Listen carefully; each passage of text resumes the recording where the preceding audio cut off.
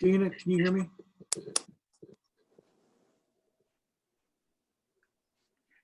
We can hear you, Steve. Terrific. Thank you. Rushing up on some light reading. Yeah, I just finished Paradise Lost, so I needed something a little more timely.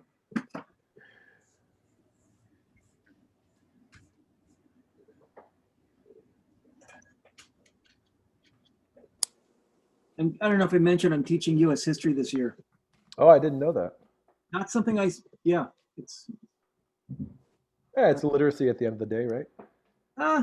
yeah, it's a lot of, yeah, kind of, it's a lot of discussion. It's taking a different approach than what I got from my high school experience in the 80s. Yeah. This guy Columbus, it turns out he's not such a nice guy. And neither are any of his filthy friends who infected and wiped out 90% of the Native Americans in North America. Hey, Steve. Yes. Steve, you need to get A People's History of the United States of America by Howard Zinn. When I was a student at Bloom, oh my gosh, yay! Oh yeah. I have a copy for my kids. I have a Young People's History of the United States of America. Yep, truth right there in print. Yes, it's really great. And I've just finished reading Guns, Germs, and Steel by Jared Diamond. I have a minor in history, so. Oh, okay. Then I'm going to pick your brain a lot. Why don't you guys talk about Star Wars or Harry Potter? What's with you guys in this intellectual chatter? But anyway, on to something more serious. I am deep in Mandalorian. If you've not started to, I know Scott, you've got to be watching Mandalorian on Disney Channel. It is good. Yeah, it is. But quick question before we get into the meeting, and this is addressed to Steve and to Chris. So Bloom is the high school that some of our students can go to after they leave Parker. And I just noticed that the Chicago Heights Middle School is now finished. So does that mean that some of the children from Serena have the option to go there, or is that strictly a boundary issue? How does that work? Well, Dana would know for sure about that, but I can tell you firsthand, Chicago Heights School District 170, we have no access to that. We are strictly Flossmoor 161. We have no option. Now, part of Flossmoor 161 that feeds into Serena goes to Bloom 206 for high school, but we have no grabs on the junior high at all, even if we wanted to. Like, we couldn't petition the district at 170 and say, hey, we live in Chicago Heights. They'd say, I'm sorry, you're in 161 school district. So we can't feed into there. We only feed into 206. It's a boundary issue. It's a strange boundary issue, but yeah. I think it dates back to the Ford plant being built. Truthfully, it does. The Ford plant being built in the late 40s to 50s. They built actually Longwood Farms, which is like across the street from me. And that's where the workers, there was an incentive to come to Chicago Heights. You'll have access to Flossmoor School District. And there were a lot of the employees worked, the bigwigs. And so because the boundaries were established so long ago with a differing set of criteria, which may have been appropriate then, is it worth anybody's time revisiting that, from a 161, 170 standpoint? That's a superintendent issue that they should work out together, because I have no idea. That would definitely be, it's definitely something for an open meeting to discuss. I think that And so speaking of open meetings, how about we get started? Love it. Yeah. All right. The dog agrees. Neo agrees. Is 6:06, and I would like to officially call this meeting to order. Roll call, please. Nelson. Here. Lanier. Here. Griggs. Here. Blackman. Here. Paredes. Here. Leedstra. Here. Horth. Here, and a quorum is present. Thank you, everyone, for joining us this evening. I'm sorry I forgot to say that. And I only caught the tail end of that conversation that, Steve, I saw you holding up a book. Then I saw Dave chime in. Yep, so I knew what direction it was going in. Okay, so we have lots to discuss, lots of things on the agenda. As always, we start with audience comments. Do we have any comments, Dana, that we need to bring to the board tonight? Oh, you're on mute.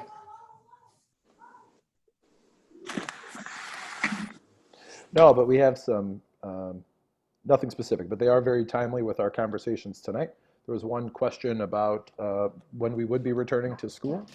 And so we'll respond with our information for that family as well. And then we had a question just about the tax levy, the CPI, and the fund transfer. So we'll respond to that community member as well. And as a matter of fact, we'll talk about those particular issues later on in the meeting. So as always, we'll post the individual comments and our responses on the website with this board meeting packet. Awesome, thank you. Okay, recognition, our favorite time during the board meeting. So Parker Junior High cross-country team. Absolutely. So if you remember back, I know that there's a little consternation as we were trying to get cross-country off the ground. Well, we were able to find some incredible coaches at Parker to continue our winning traditions, and I'm just really proud of those kids for taking on a cross-country season that was certainly different than any they'll have probably moving forward. But they really demonstrated a lot of close teamwork, a lot of hard work, and just commitment to each other. So it's great that we have an opportunity to recognize kids again. It just feels right. So without further ado, I'll welcome Amabel Crawford. I know she'd like to say a few things, and I believe the coaches are here as well. Yes, absolutely. Thank you. As Dana mentioned, we were not certain that we were going to be able to pull a cross-country season together, and our coaches and our staff and everyone really rallied, parents as well, just incredibly supportive of everything we were trying to do.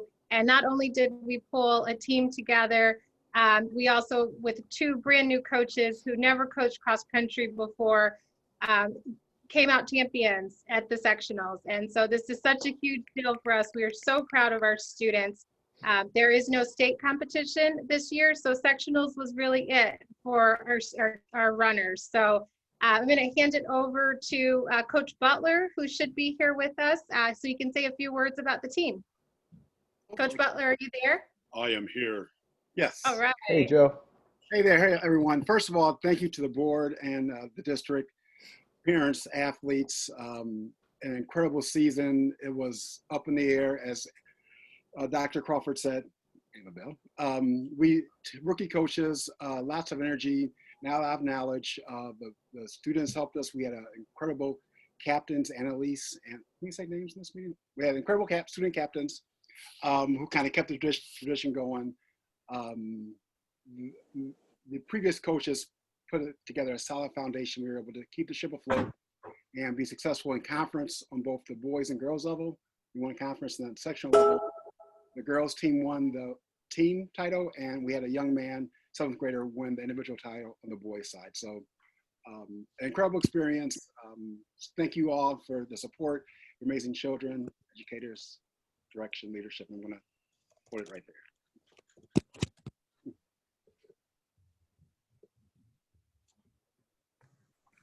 Always nice to see you, Coach Butler, and great to recognize the kids. Certainly have a lot to be proud of. I know that they're all disappointed that there's no additional ending to this year, no state competition, but I know that a number of them are prepared to go on to high school, and several of them are staying with us, and we'll be looking forward to some of them following their careers, but also cheering them on next year at Parker Junior High. So thank you very much. Okay. Thank you. The next item is the superintendent's report.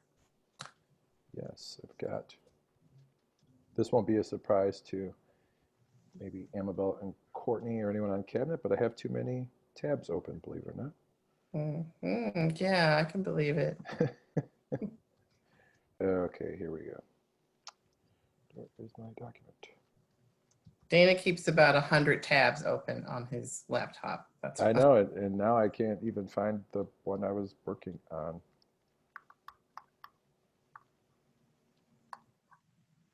But, oh, there it is. Okay. So thank you for that pause, going a little bit slow, but it's actually a really busy time of year.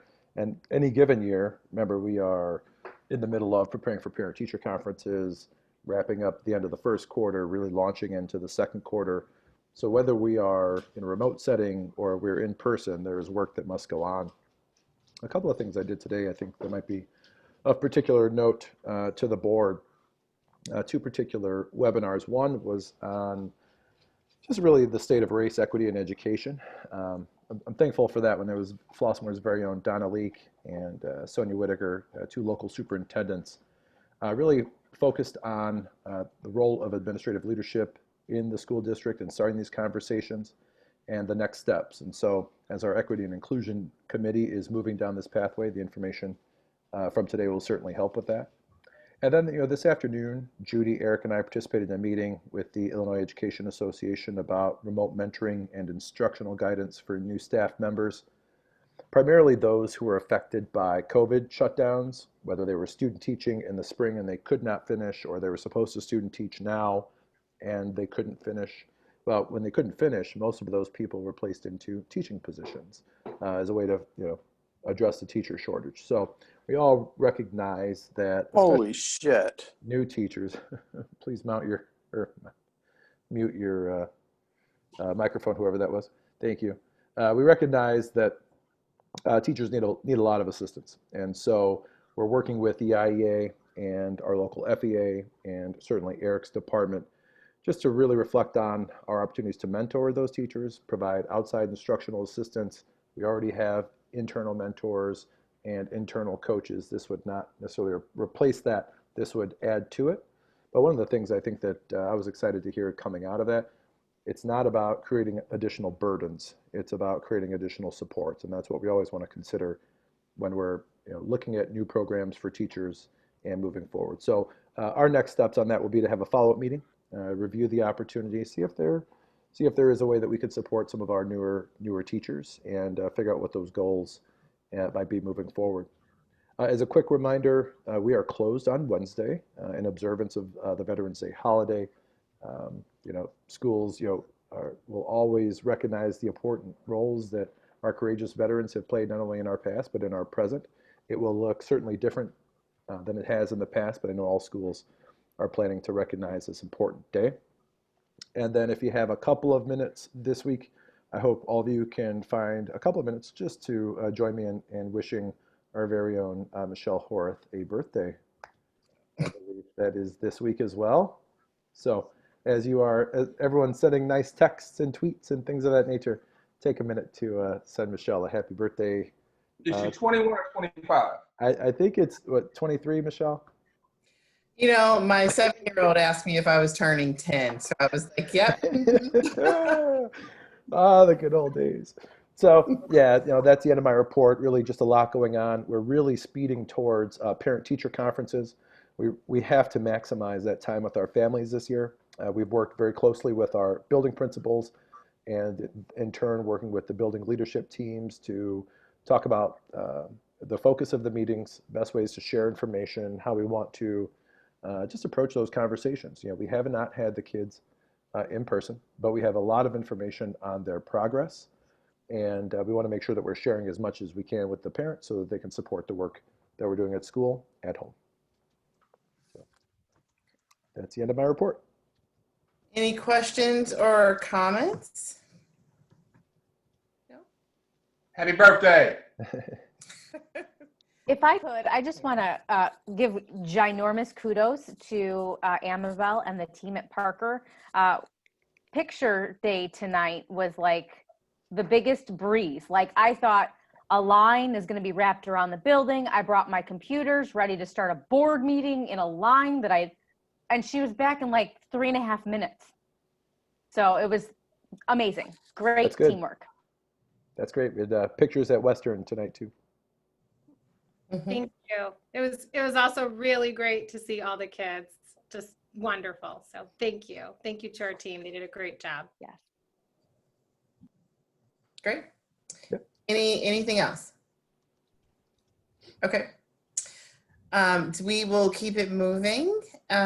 We have several items that are part of our consent agenda items. So can I please have a motion to approve the consent agenda items, including the personnel report, 20-010, payroll for the month of October, minutes from the August 3rd, 12th, 7th, and 31st, Board of Ed meetings, and revised policies as presented. The FOIA request and the Serena Hills donation of spiritware from Mr. DeCastro. Moved. Second. Any questions or comments? Oh, okay. Roll call, please. Briggs, Yes. Paredes, Yes. Leedstra, Yes. Nelson, Yes. Lanier, Yes. Blackman, Yes. Worth. Yes, and the motion has passed. Mr. Paredes reviewed the bills for the month of November. Mr. Paredes, please take it away. Sure. I had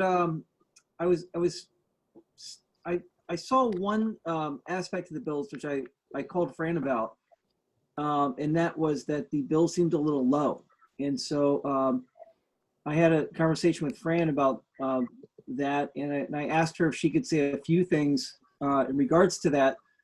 More so, not that low bills are a bad thing, more so because you know, as they may go up, I wanted to give some sort of scope to that. So, Ms. Labella, would you mind terribly if illustrating? No, not at all. I think it's actually pretty expected that you would see them low. Probably somewhere in the range of $100,000 to $200,000, because consider you're not paying for transportation and you're not paying for the majority of the food that we usually are serving in lunches. So those two bills alone will bring your bills down by $175,000 to $200,000 a month, depending on the month and how many days we were scheduled to be in session. So I would expect that they're going to be low. On top of that, you just don't have the kind of spending in the buildings that we normally would have when we have the normal hustle and bustle of a school year. So yeah, I would expect them to be a little lower this year. Okay, well, thank you. Well, with that, I will make a motion to accept the bills as presented for the month of November in the amount of $301,977.94. Just a second. Any questions or comments? Roll call, please. Paredes, Yes. Nelson, Yes. Briggs, Yes. Blackman, Yes. Lanier, Yes. Leedstra, Yes. Worth. Yes, and the motion has passed. The next item on the agenda is the 2020 tentative levy. May I please have a motion to approve the adoption of the 2020 tentative levy? So moved. Second. Any questions or comments, please? We had some questions come in from a community member. I don't know if Fran's had a chance to address any of those questions. The ones today. Yeah. Mostly just surrounding the construction of the statute and which we're supposed to use. And then there's a question about whether we should be using the December 2019 CPI rate or the 12-month rate. So the way that the law go ahead. is written, that the CPI that we use is the CPI from the prior 12 months of when the levy is adopted. Levy's adopted December of 20, so 12 months prior. So we use the December 19 CPI. Truly, we don't have any control over that. The Cook County Clerk puts on, that's the CPI number that they will use. And again, that's defined in statute. Okay. So it's not like when we go to do the levy, we can do something higher and say we're using a different CPI marker. They statutorily will impose that CPI. Okay. I think someone else had a question. Was that you, David? So we do have I do have a couple of slides that I'd like to share with you, just to have an idea of the impact of the abatement and where we stand. We want to take a look at that. Your host, Fran. Okay, thank you. Let's see.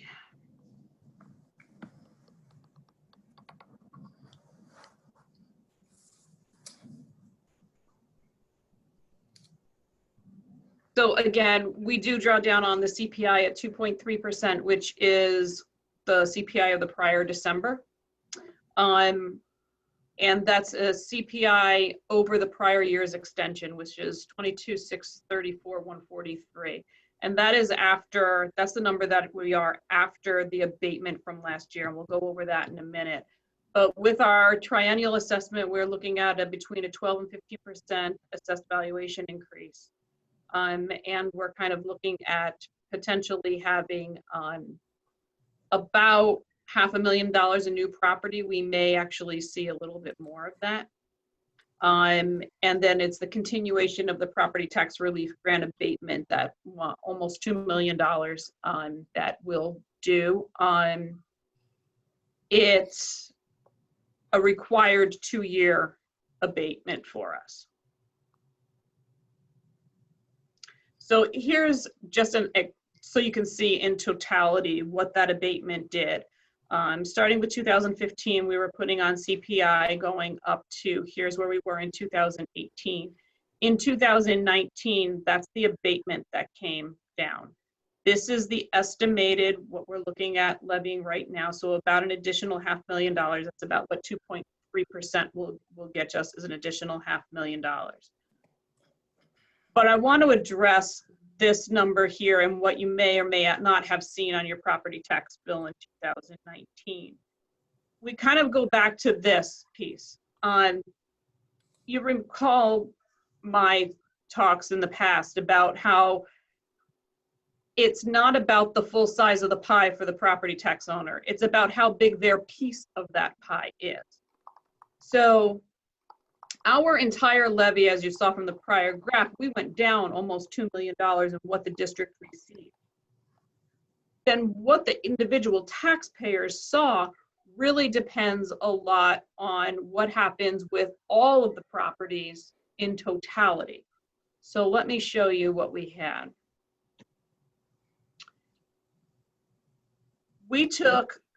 I showed you these 6 properties before last year when we were talking about what it might look like.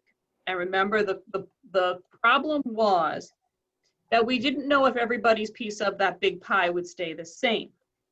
It would depend on what everyone did with appealing of their assessments, etc. So what we saw, even within these 6 properties, was that one person actually saw a decline in their 161 piece. The rest of the properties saw a bit of an increase, although minor.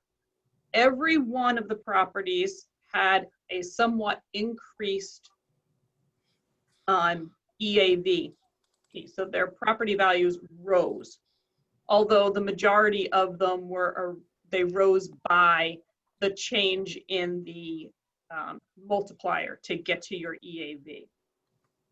But the big thing that we saw that made the biggest change was that we had a very large commercial property that appealed the assessment.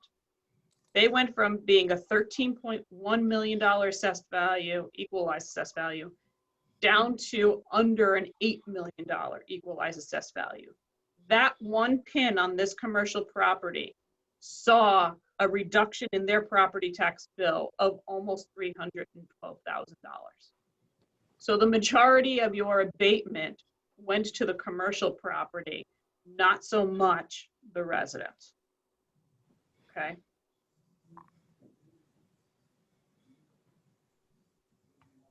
So let's talk a little about evidence-based funding, and we're always getting that question, do we need to put on CPI? Can I pause you there, Fran? Absolutely. Why did the majority of our abatement go to the commercial property?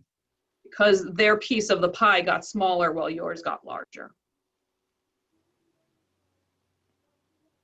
Do you mean that in terms of the math of how much we take in, or are you saying that, you know, just So of the total amount of property in the district, right? this commercial property saw a massive reduction in the value of their property because they appealed. Once they did that, their piece of the property tax bill got significantly smaller, but somebody has to pick up the difference. So when this process happens, the district doesn't lose money. The burden just gets shifted to the other taxpayers. I understand that part up to that, right up to that point. Where you lost me was the abatement impacted how the abatement complicates that, I guess. So the abatement just complicates it because while all things being equal, everyone would have seen part of that reduction from us. But when things didn't remain equal, when their property value went down significantly, all it did was shift the burden. Would it be more accurate to say if we hadn't abated, so this happened regardless of the abatement, independent of it? Absolutely. If we hadn't done the abatement, the sample properties you have listed here would have seen a greater increase in That that. is correct. Absolutely. Yes. Now, Cook County is reassessing all our properties Correct. right now, right? Yes. And if they stay true to form, there should be a slight shift towards commercial properties. Yep. In the tax burden. Yes. Correct? I pulled up this property and it's almost back to where it started. So I think we can anticipate it will probably appeal again. Now the question becomes, is the Board of Review going to support the Cook County assessors' values, or are they going to reduce back again? And that remains to be seen. We don't know yet. Okay, thank you. Mm-hmm.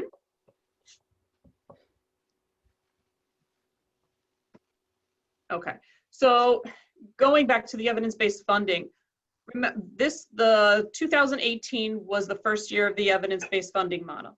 I remember the state was feeding more money into that model, so we got about a $200,000 increase in that model.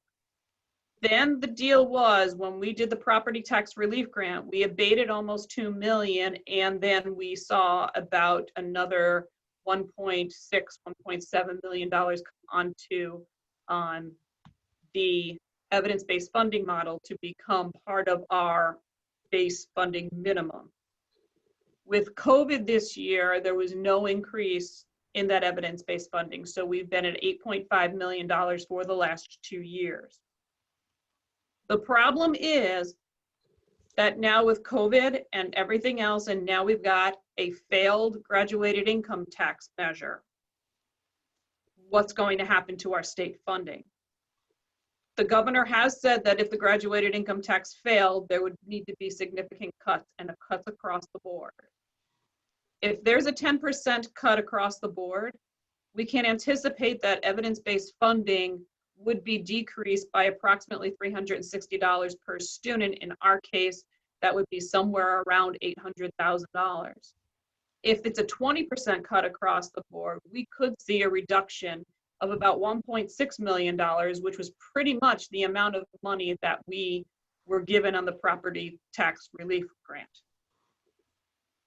So we haven't even started about talking the pension shift yet and what they're going to do downstate. And we don't know what they're going to do downstate at this point. However, what we do know is there is talk downstate about slashing and cutting expenses across the board. This property tax levy would increase property taxes by about $500,000. If they even cut that evidence-based funding by 10%, we're back in a red position from where we started before we decided to do the property tax relief grant. So that is a good piece of the why we, the Finance Committee discussed at length, and I'll let them speak in a moment, but we are strongly suggesting a CPI levy. This model, the red line, would give you an estimate of our revenue projections, and that's all things staying equal other than the CPI increase. So that will show you the $500,000 a year on CPI increase, and keeping the evidence-based funding model flat. If we start losing money there, if they start any cuts, you'll see that number start to come down. So this is essentially we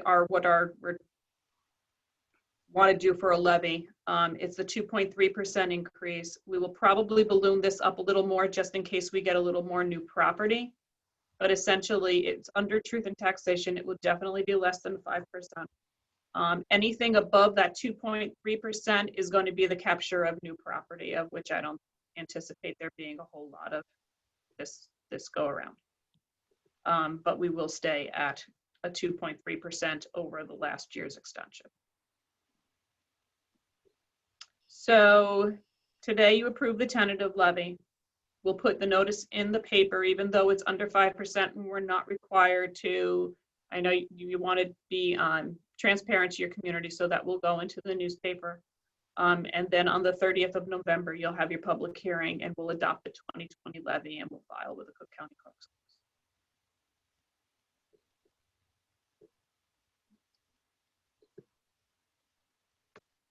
So I just wanted to say, when we met, and I'll let David say whatever he, whenever he wants to chime in. When we met, it is not in the doom and gloom, but one of the things that we talked about was that, there's everything that the friend ever says anything that's not real, but what we are working towards it's real. They're real concerns. The Finance Committee would support this levy because we have to have our schools run effectively and efficiently, and we need to pay our teachers, and at all costs. This is a school district, so the first thing that would go, because we talked through, well, where could cuts be, and all cuts comes down to staff, and that's just, especially now, that's a non-starter. Our kids need their teachers more than ever. And so we did talk about other ways that we can look at for cut costs, but again, we say this every year, it's a massive problem that incorporates this board, but what we do doesn't fix the problem, if you will. I was surprised about the graduated tax. I mean, I knew that but I didn't intuitively, I didn't necessarily follow the dots and see how it connected until we talked with Fran. And I was just like, that's a real problem. If we get cuts, that's a real problem for our students and for our teachers. So what we did say is that we would continue to meet to think of other creative ways and see how things play out, and and that whole thing. But for right here, right now, in order for us to continue to function as the district that we have been, we are supporting this levy and don't see any way around it or any modification of it. And we talked about it at length. Yes, and to add my little 2 cents about it, Misha just said it very eloquently and very accurately, and I completely agree. We did talk about it at length, and I'm not going to reiterate what she said.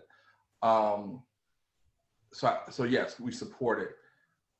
the one thing that I guess I really wanted to speak to was the seriousness of the matter and the importance of making sure that this topic is discussed and flushed out fully and presented all aspects of not only our thoughts and our decisions, but to let the community see and hear and respond to what everything that's going on in the district in terms of what's happening with the levy. Cam in particular, I thought, you struck a chord. You said what Merle Huckabee had presented was, let's make sure we look at everything. And I think that that's what the Finance Committee attempted to do. And I would encourage all board members to give thought and to raise any issues or questions about it. And I think that you saw in the next steps that were presented in the slide, it shows that, even tonight, this is just a tentative, and that the final decision won't be made until I think the end of the month or the beginning of December, thereabout. So we want, again, and being transparent, this is not a decision that we take lightly or that we're making just tonight. When would the normal, assuming there is such a thing, when would Springfield normally be wrapping up its annual budget?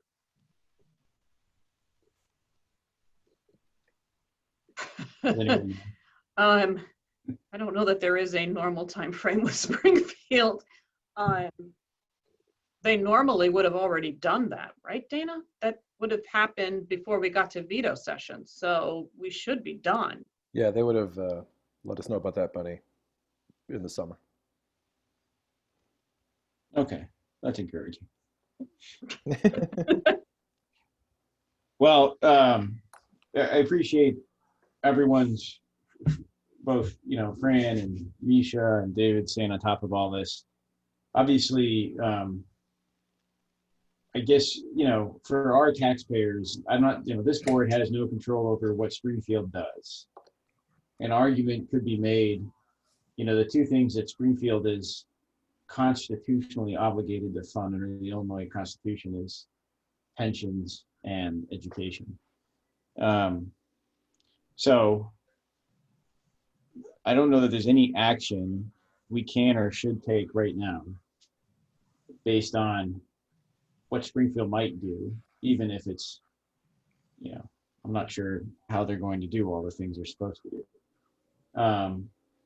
So I do think we still need to look at cost-cutting measures and start exploring that this year.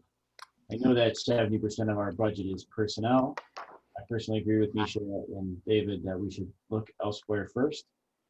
I'm not above counting pennies, so I still think we should be doing that and encouraging principals and teachers to start thinking about that as they're running their buildings, because I suspect we're going to have to make real decisions in the spring, and anything we ignore from now to then is just going to make those decisions harder. So software, supplies, machines, and I'm sure this impacts our reopening discussion as well.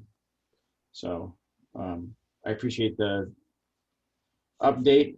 I personally just don't, it doesn't swing me on this immediate levy decision because those problems haven't quite crystallized yet, the problems with state funding.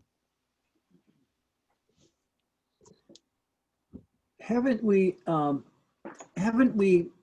brought this up as something we need to explore anyway, as like a review? And I know, Cameron, you have mentioned for a while now that you would like to look at the effectiveness and cost benefits of some of our software programs, and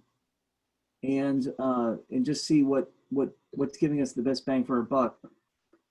And but I seem to recall that we did have a conversation at some point where we would look at administrative recommendations for things to consider phasing out or cutting back on or replacing, kind of how he had done a number of years ago where the board had gone through an A, B, and C list. A list of administrative really thought that we could do without.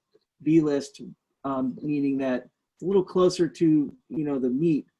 And, maybe we want to have a deeper discussion about that. And C were things that were kind of sacred cows, but for the sake of the process, we should really look at. So I don't know where that has gone in discussion beyond where I seem to remember it.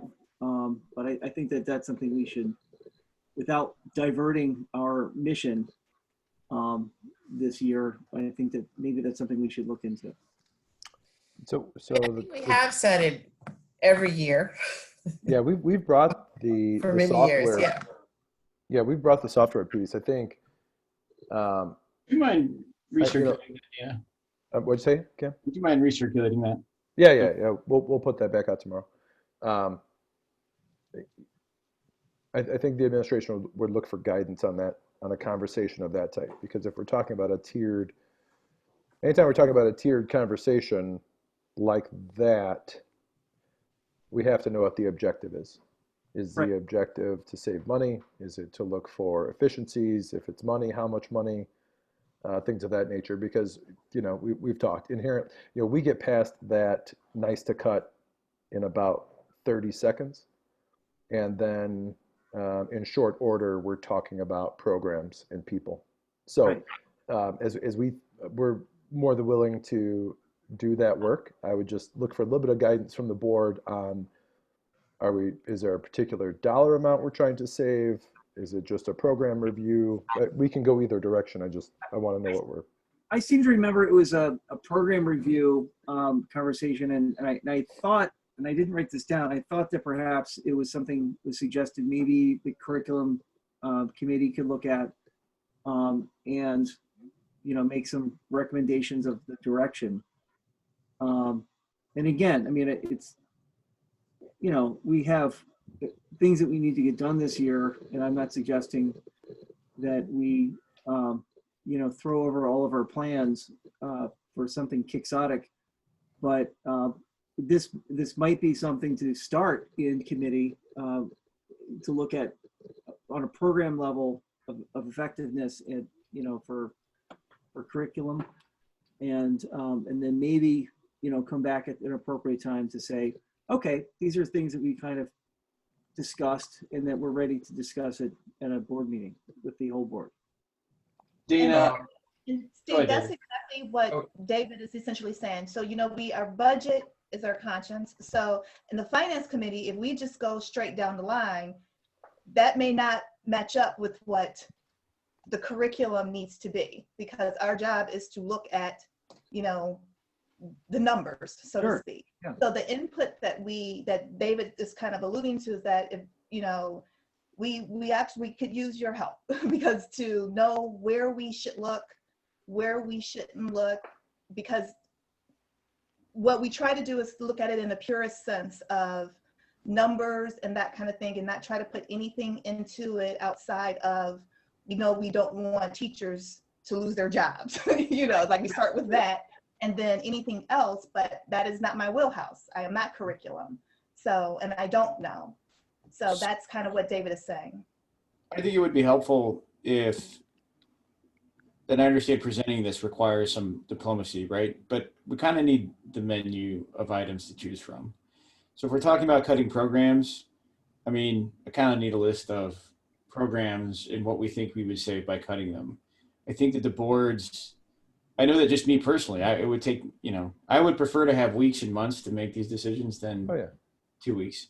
But, it's kind of bring you a list of, here's the gifted program, here's where we are in relation to, what's recommended, and here's where we can make some changes, or here's orchestra, band. Is that what you're looking for? Data impact our ability to support or not moving forward with the levy? For me, it doesn't affect the levy at all. Okay. Right. And that's, I guess, where I'm getting at, because I think, so Steve, going back to what you were saying, I think every year we have at least verbally said, we should actually review our expenses or do sort of a soft audit to see, are there cuts that can be made? I don't think the message should be, we want to make cuts just to be making cuts. Maybe what the exercise should be is, are we maximizing efficiencies, right? Like, are there things that we could be doing differently or better where more resources are needed here or less resources are needed there? I don't think we should start down a road where we just say we're going to cut because we can. And, unless there is a valid reason why we need to be cutting. But I do think it is the responsibility of the board of every year to make sure that we are maximizing efficiencies with all of our programming.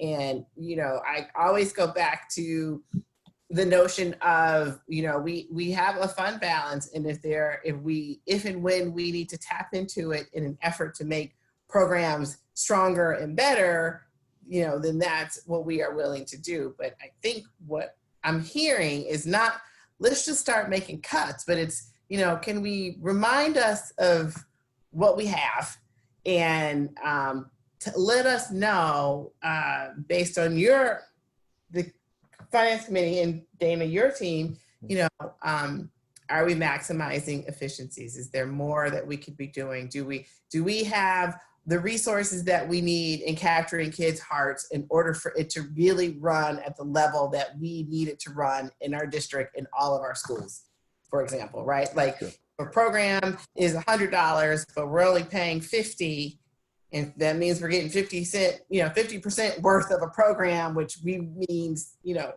we're not doing anyone, a great service here. So I think my suggestion is that is what we have the finance committee and your team do, and then have a discussion at the board level.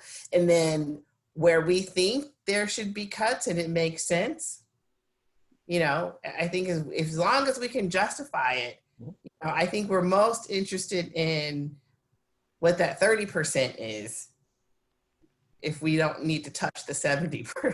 Right. No, and it could be, and I think about going to Canvas.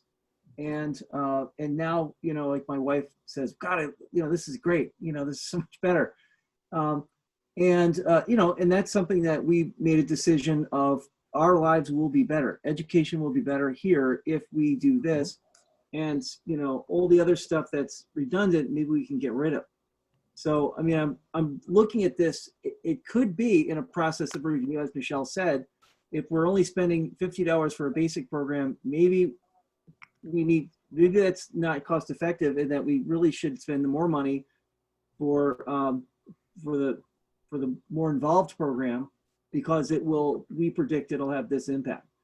And so, I am not saying, and I'm going to make this clear, cut the 70% at all. And Amisha, I could not agree with you more that, now is the time, especially where we really need,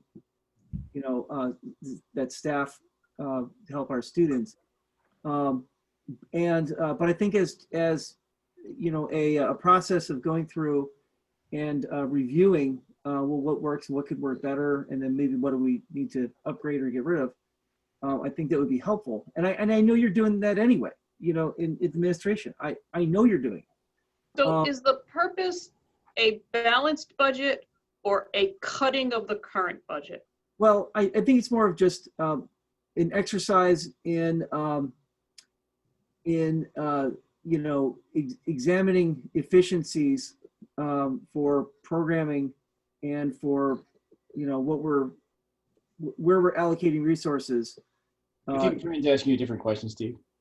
Steve, if I could just intervene for a second. Sure. I think Michelle was really spot on. So right now, and I'm not trying to take control of this. I really am not trying to take control of this. Go ahead, it's fine. Right now, we're trying to talk about the tax levy. Okay, and so I think that some of this conversation we're having, which I think is great and needs to occur, is budget related. And so the finance committee talked about the budget. We talked, we presented it. And so I'm not saying it's over, but if we can just kind of keep one way or the other, that's all I'm saying. Sure. Yeah, no, that's fine. Okay, but now you're having the conversation of which came first, the chicken or the egg. So the levy lags. So your current budget is based on part of last year's levy and what will be part of next year's levy, the one you're about to adopt. I guess my question remains the same. Is your, and I'm sorry to keep going back here, but I need to understand my marching orders to a degree. Is your intent to have a balanced budget based on the revenues that we have projected, which we have projected levy at CPI? Or is it to reduce expenditures, reduce revenues in the form of a levy, and still have a balanced budget? Because that's different. It sounds like, Fran, it's reduce expenditures. So yeah, I'm reminded of a conversation that we had where we originally threw this topic to the Finance Committee. But even stepping back a little bit, depending on the rubric that you use, our district is underfunded by about 31 or 32%. So as we're talking, and that's just based on the EBF, right? So as we're talking about making changes or making cuts, we have to remember that based on the best available research, we're still underfunded as a district, and that's no fault of our own. So I would probably recommend a group or joint finance / learning and instruction committee, and maybe between those board members, they can identify some of the objectives, because again, we have a lot of programs and we can bring them all on a platter, but I also don't know which questions that we're trying to answer, right? If it's on program effectiveness, I think that's one thing, and we can look for some partners on running those statistics, because that's essentially what we need on the program effectiveness side. And I think that's why Fran asked the question to clarify, is it a matter of, do you want to reduce the budget, or with regard to this levy, if we're feeling like that we can support this CPI, I would recommend moving forward. And then again, getting the finance committee and learning instruction teams together, because again, when Misha said it, 70% of our budget is programming and people. There's only so many crates of paper that are hanging out there that we can not refill, right? Or not order, or ink toner and things of that nature. Now there's budget lines that we can cut. We just need to know the objective as we're moving into it, and a dollar amount, because it's all going to hurt. I mean, it's not like any choices that we make financially won't have an impact somewhere. So if we could split the conversations, obviously this one is focused specifically on the levy, and maybe at the meeting on the 30th, come back and have a discussion specifically around this topic. And then out of that meeting, Fran and I can have our marching orders for those two committees. With some time, we could set a timeline, we could set the objectives, we could set the deliverables, but then we know what we're going to do after that. Would that work for everybody? For me. Works for me. Okay, great.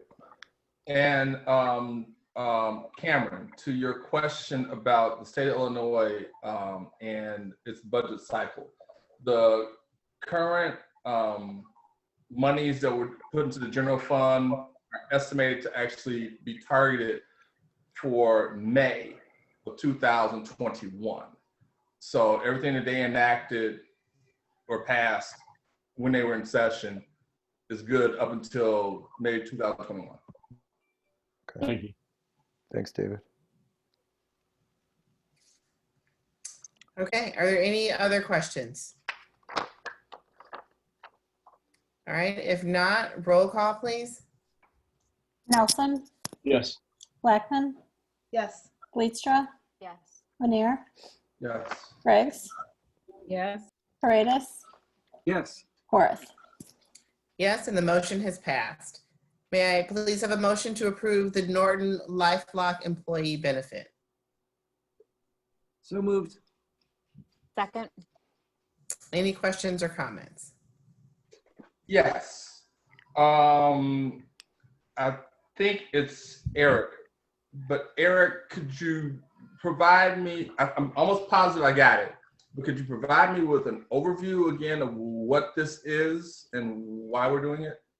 Yeah, and Norton LifeLock is a monitoring service that people can sign up for to monitor their social security number, bank accounts, credit reports in the event that somebody obtains that information that shouldn't have it, and then begins opening up various accounts in that person's name.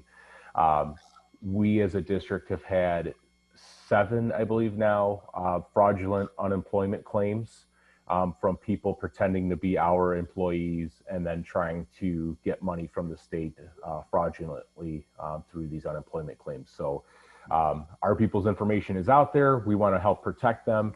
And then as well as our people working remotely, we want to make sure that the district is protected by, and in the event that somebody obtains information that they shouldn't have, that way as well.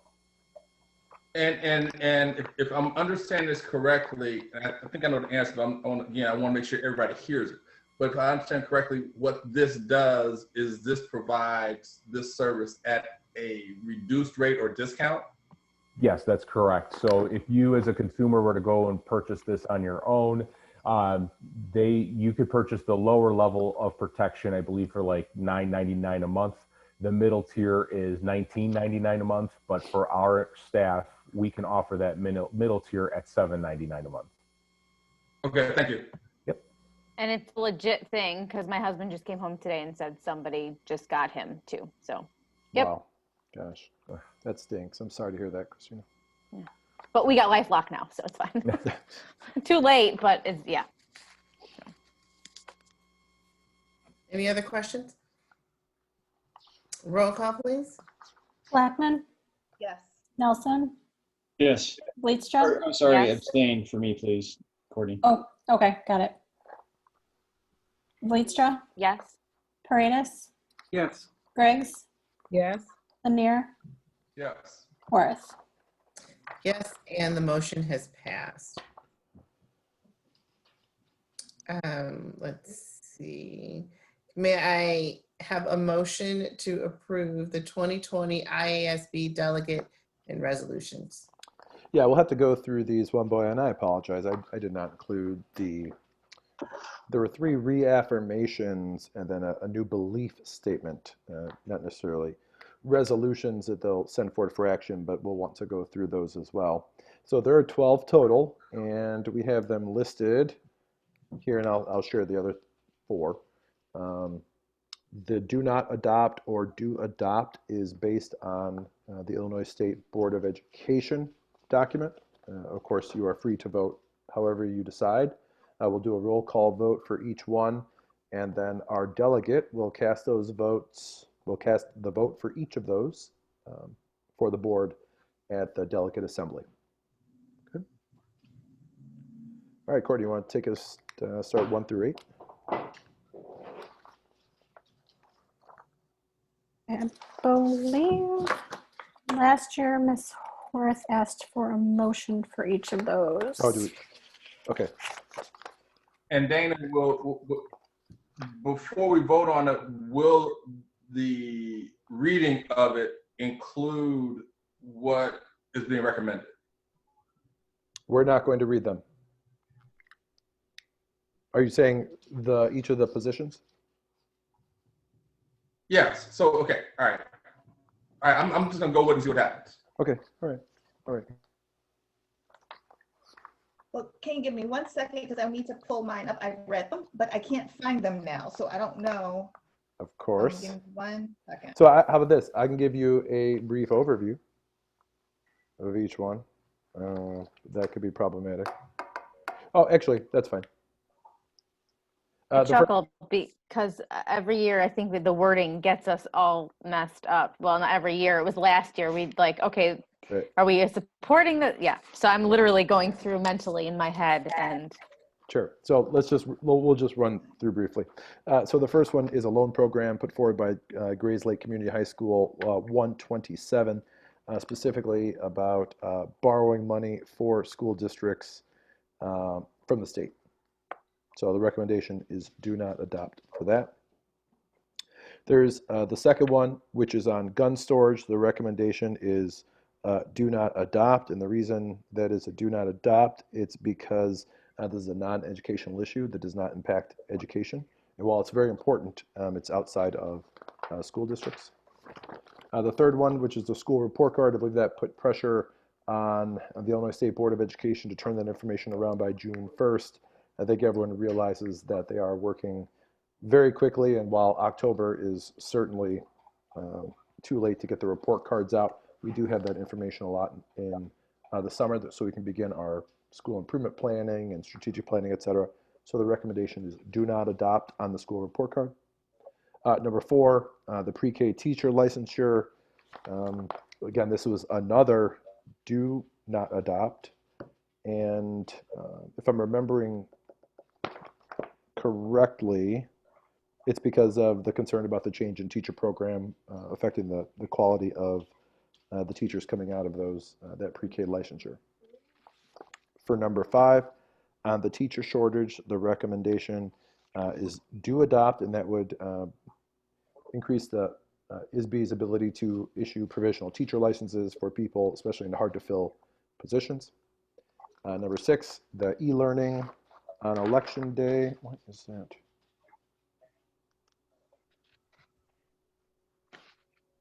Yes. All right. So number 6 is actually do adopt. Our apologies. It says we should be able to use an e-learning day on the election, which we completely agree. We just had it, but if you remember, it was a day of non-attendance for District 161, and we could not use that as a remote learning day. So again, makes our school year longer, but everyone could have done remote learning. Under number 7, local control for the pandemic, essentially wants to give power to local school districts and local organizations making decisions around their schooling. And then number 8 is a do not adopt. It's very identical to number 7. So when they had that, they usually pick one. If you remember a couple of years ago, the questions about arming teachers, there were multiple. And then the reaffirmation of positions, there's 3 of them. They're not listed here. One is a statement on the support of renewing charters. That's number 9. The 10th one is charter schools and at-risk students specifically, being able to support at-risk students and provide support and educational services to an at-risk population and serving the children. Number 10 is do adopt.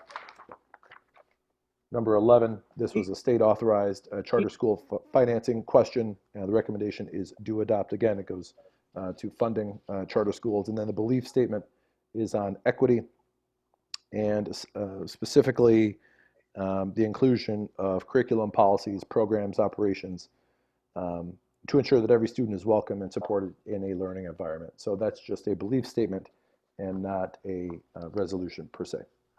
So Dana, just real quick. So are you saying that the administrative recommendation from 161 is that we support all of the recommendations of ISBE as well?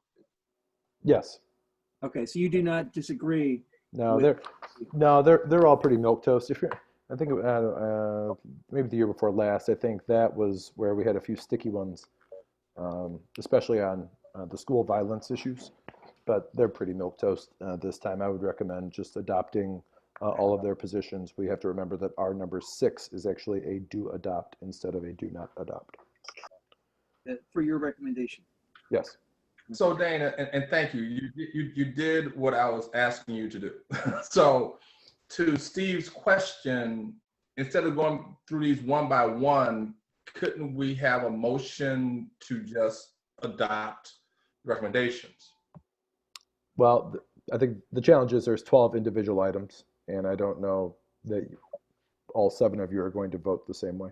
Can I make a suggestion that at least for the reaffirmation of existing positions, that we could make that like a consent agenda item where Actually, honestly, guys, if we really just roll through these with a voice vote, just do a roll call, I think it would take about 2 minutes. All right, fine with me. Dana, I just have one question about the school report card. Yep. Honestly, I mean, I would love that information, like you said earlier. I mean, we get it a little bit earlier anyway. Yeah.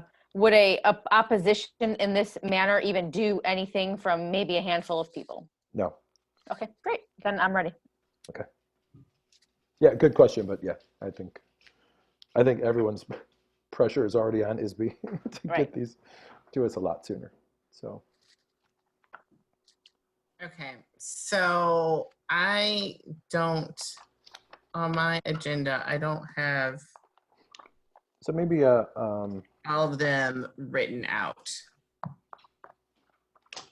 Let me so just, if you want to call a motion to consider the 2020 IASB resolutions, we can take it from there. okay. I have them in front of me. I mean, do you want me to just read them off and make a motion? Nope. I would just have someone make a motion and then second that, and then we can run right through it and vote individually. That's my recommendation. We can do whatever. I know that. I think that's fine. Okay. Can I have a motion to adopt the IASB delegate resolutions? So moved. Second. Okay. So we'll start first with the loan program. Courtney?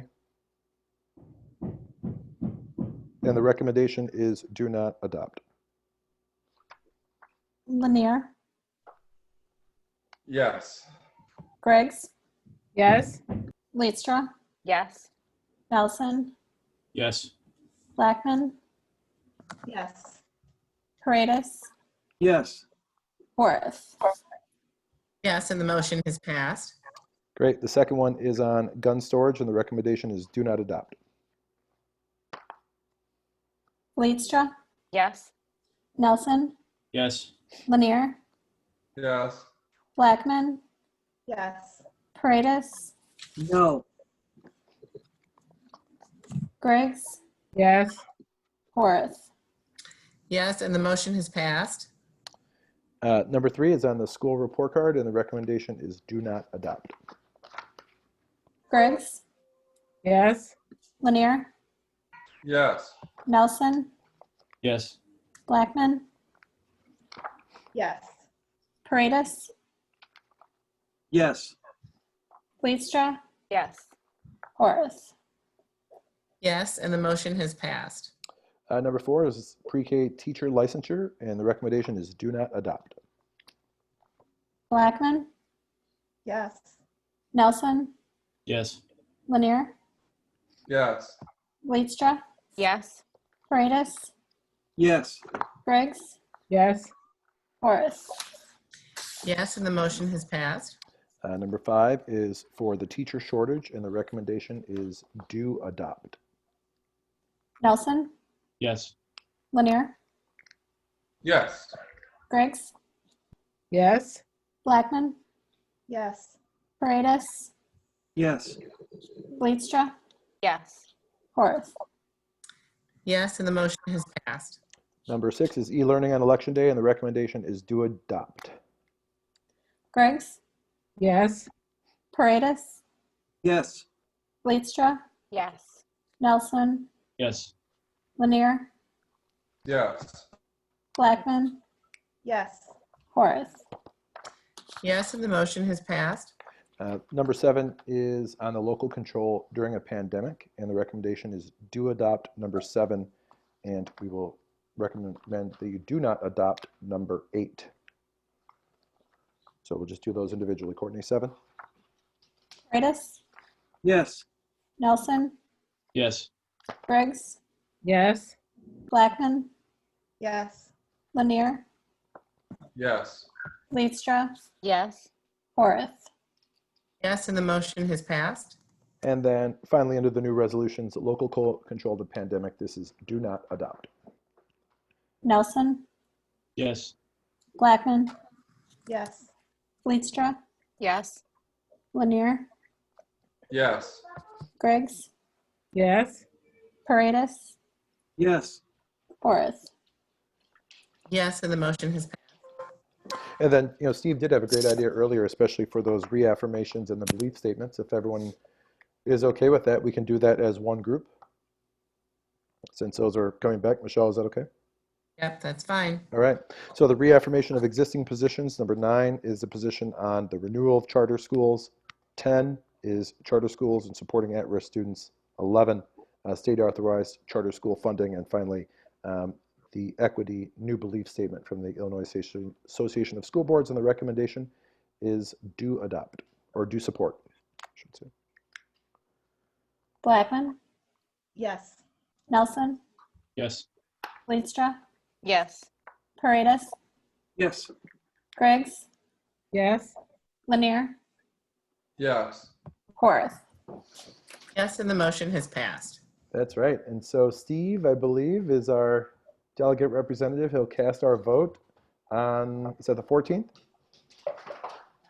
Yes, that's the 14th. 14th at 10:30. So Steve, what we'll do is we'll send you one form with all of the individual pieces. You're old hat at this, you know what you're doing.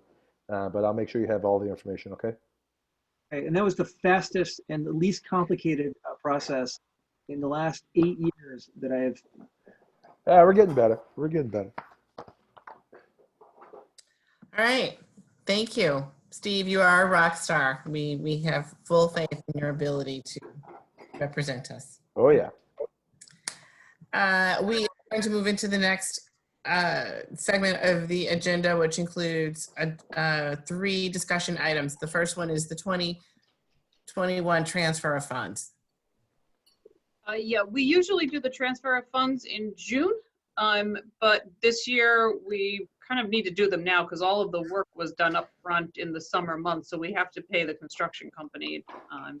So in order to keep a negative balance from being in our operations and maintenance fund, we're going to transfer the $5 million now as opposed to in June.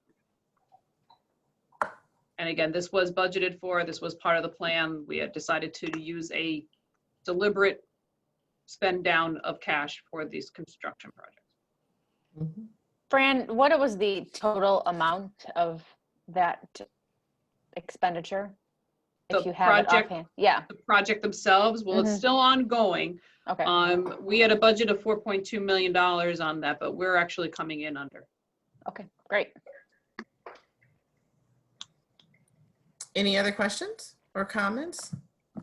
And Fran, can you give me a brief, very brief overview of why we're transferring funds versus why we didn't do bonds to do something like this?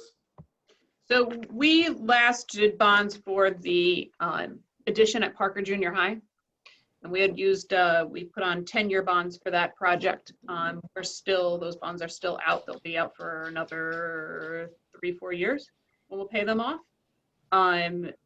This was a conversation that we had very specifically about, is this a good use of cash?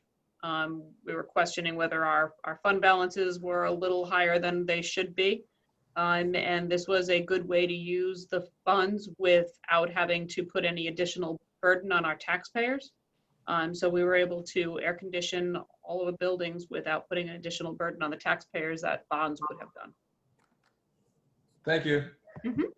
Fran, if we're transferring 5 million and the budget amount is 4.2 roughly, I mean, what are we going to do with the extra that's left over?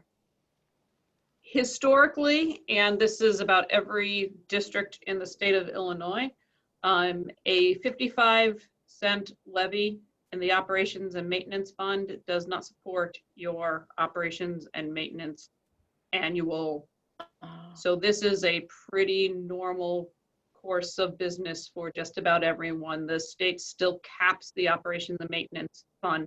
So we can only levy up to a 55 cents in that fund, but it doesn't cover all of the costs of operating the buildings. Okay.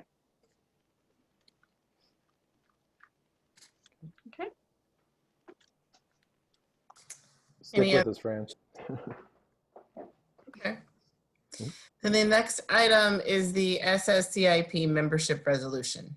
Yes, so you'll recall that Sscip has been done away with. So we're looking to move to the Sscip cooperative under the guidance of AJ Gallagher. It is a very large property casualty pool. Sscip was only about 6 members, and Sscip is significantly more. The larger the pool, obviously, it gives us a little more protection on property casualty premiums. Gives us a lot more presence within the marketplace also to get some decent rates. So we're recommending that we move to the Sscip cooperative for property casualty coverage.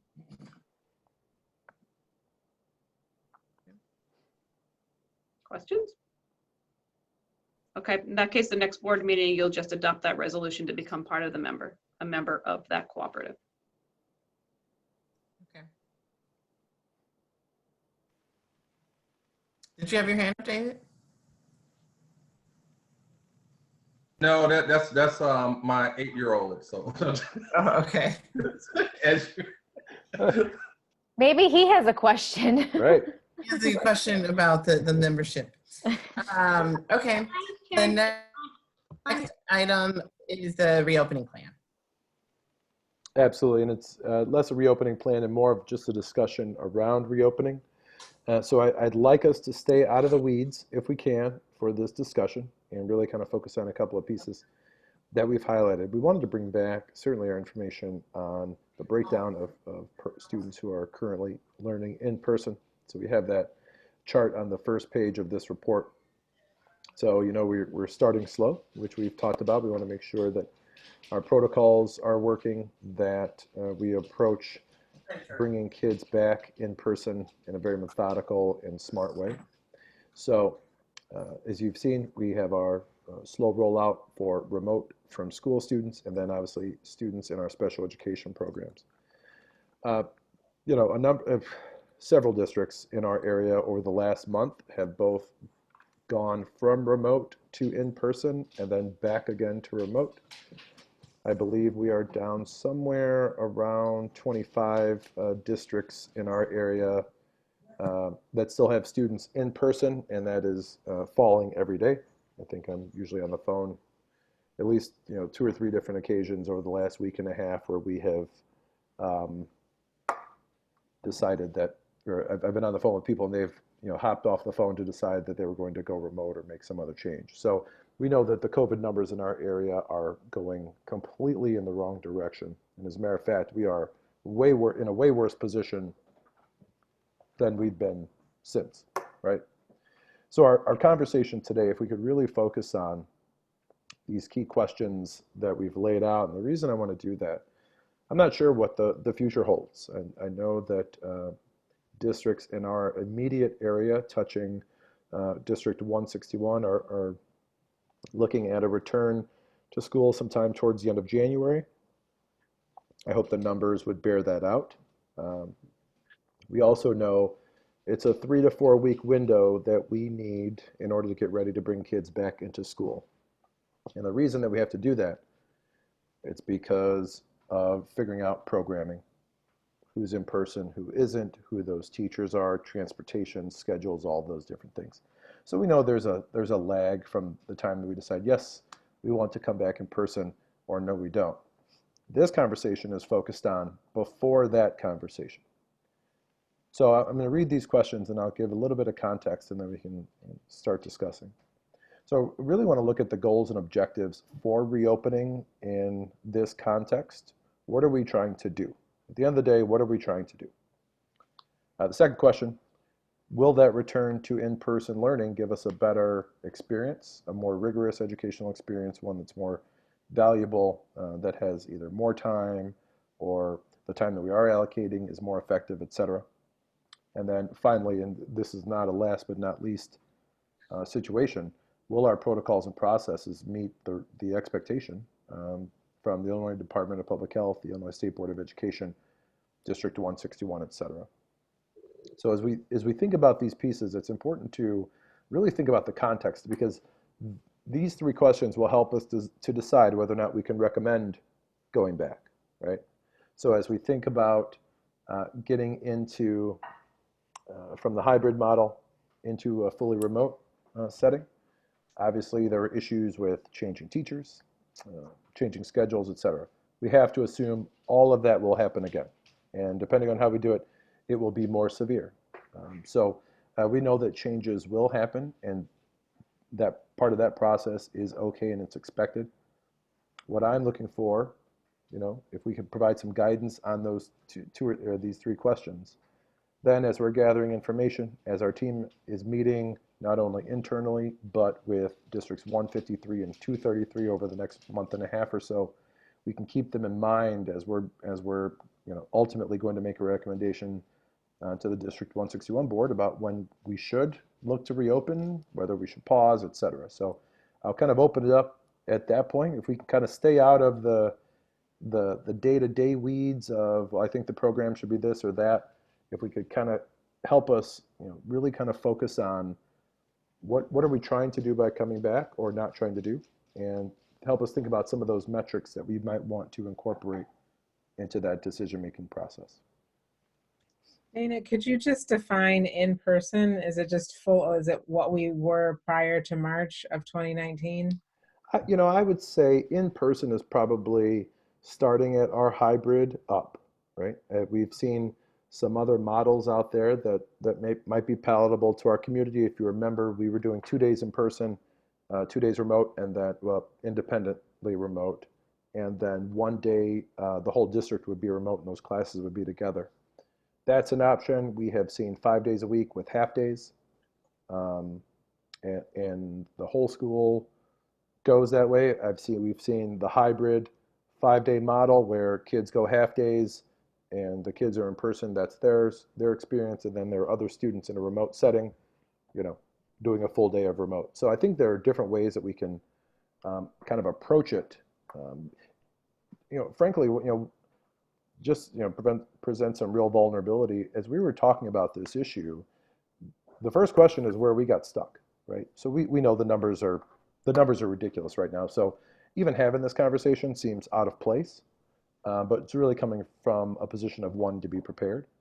But as we were talking about this model or that model, and all these different pieces, I think it was Gina Isabelli, really kind of just refocus our conversation. So, what are we trying to accomplish here? If it's trying to bring kids back, okay, we can accomplish that.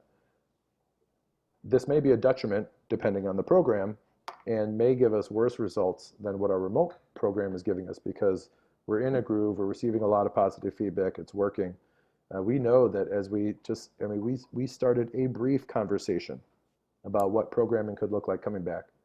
And the first piece was, it's going to be tough to tell those kids that they have a new teacher because we're going to have some of those conversations. And we know that depending on when we do that, we're going to have to close out that new year. The teachers are going to start with a newer group of students.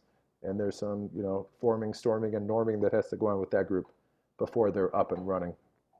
We also know that the spring will probably bring the return of the Illinois Assessment of Readiness.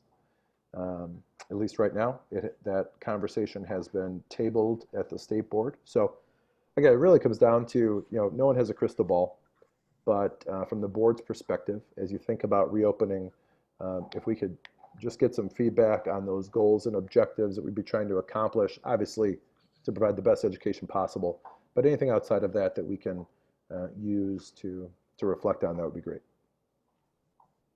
So Dana, for my part, I would say that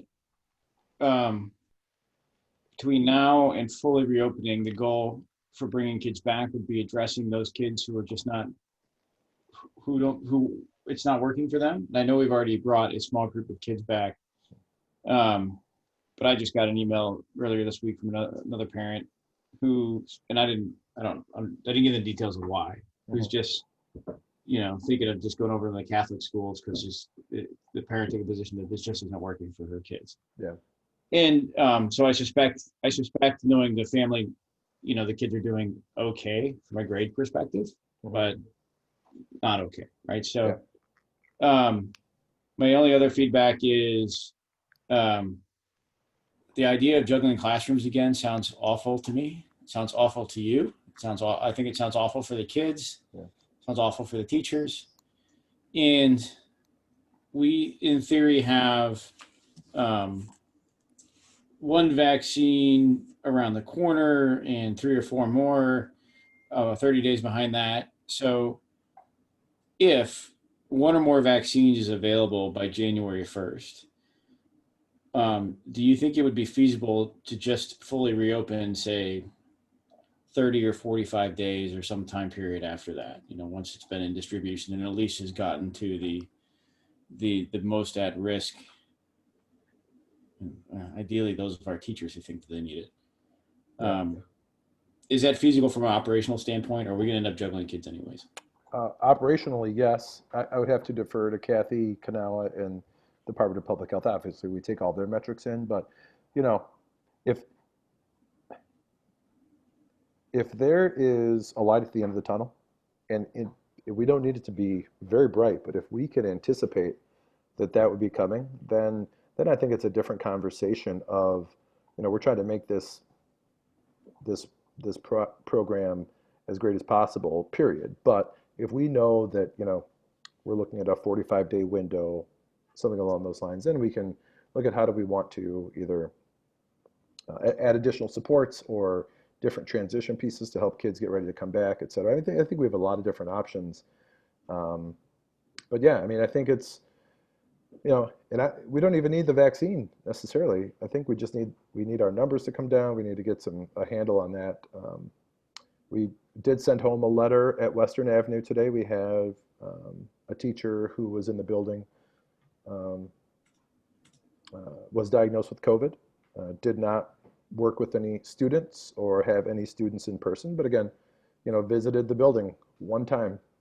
Now, I think the great thing is we're not looking at an internal transmission, I guess. So COVID was most likely contracted outside of school, at least based on our contact tracing, et cetera. So we know that we have to be prepared for when the volume of people increases, so will our COVID rates. They've been incredibly low for people at school, but based on the numbers that we've seen in our teaching staff, they are certainly out there, as dozens of people have had it so far. So, Dana, I just want to provide my 2 cents, and I want to use what you just spoke to as evidence of one of the issues. For me, out of the 3 questions of what are the goals and objectives, I think that the goals and objectives should still be to establish a social, emotional, and academic environment in which our children can continue to flourish and achieve. I think that the remote environment does not allow for teachers to pivot in real time from presenting a lesson plan that they hope that the children are receiving to be taught, and to then pivot to where the teacher is actually teaching to the child as they need it. And so I think that you get that when you have real-time situations. I think that to what we were just discussing in terms of the facility and what we're doing, that if we can continue to be transparent with the community so that we can actually build trust in the community so that they can know if there's a case of a teacher having the virus and whether the teacher contracted it, so that we can know that if there's a case where the child caught it. If we can continue to be transparent and let that information be out and available, I think that that's also part of what we need to do. I also think that to Cameron's point, we need to really be focused and consider those who are the most vulnerable and willing students in our populations that could really use this the most. And so to me, it's almost like not so much a justification, but a need. I think that is our job, is to really try to educate those and provide an environment where they can be successful. So yeah, so as long as we can kind of allow for an increased interaction between the teachers and the students, while still providing a safe environment for staff and teachers, which I think we're doing, as long as we are adhering to the CDC's guidelines and Illinois Department of Public Health guidelines, which I think we have. If we can do those things, I think we can create an environment where we can be successful and return to school. So yeah. Okay, thank you, Dave. You know, you mentioned that other piece too. In this, we have not heard this. It's because we don't have a high school, but I know that IHSA, caused some waves with their proclamation on winter sports. ISB has been very clear, and so have the insurance carriers. If you decide to disregard the ISB and IDPH guidelines, you are taking on all of that liability yourselves. And so there's no recommendation to make because we're going to follow those guidelines per all of our past decisions. And so we may have to look for some, just different ways. What does basketball look if it's not basketball, right? We know we have a lot of kids that play that. And so they're missing opportunities to get together. We have winter fine arts activities. We have, whether it's plays or music performance, we have these items that are germane to the school experience that we need to do our best to protect because they're very meaningful for our kids. And so this whole conversation is really kind of just helps us just plan for, what do we push for to bring back in person? We're certainly hearing on the social and emotional connection side, that's very important. As a matter of fact, Amabel has reached out to the teachers this week to see if there are clubs that they have ideas for. I just said that we can't run, our full slate of sports, et cetera. So we do have some stipend positions and some monies that hopefully we could work with the FEA to reallocate to our teachers and get some clubs up and work on some social and emotional experiences. So, I think there are solutions to some of the problems that we're working on, but still, in relation to when the environment would be right to return. Obviously we have to have those COVID numbers under control. But then on top of that, so just to throw this out. So, as we're thinking about planning, again, what is a bridge too far? Is it, 5 half days? Is it 2 full days? What you'll probably see over the next few weeks will be conversations back and forth with us, and then probably a survey to the community to start to gather some feedback on programming. Again, we're working very closely with Homewood 153 and HF 233, just to make sure that we're as aligned as possible. And if there are differences, it's certainly not on purpose. We just want to make sure that we're recommending what our communities can support.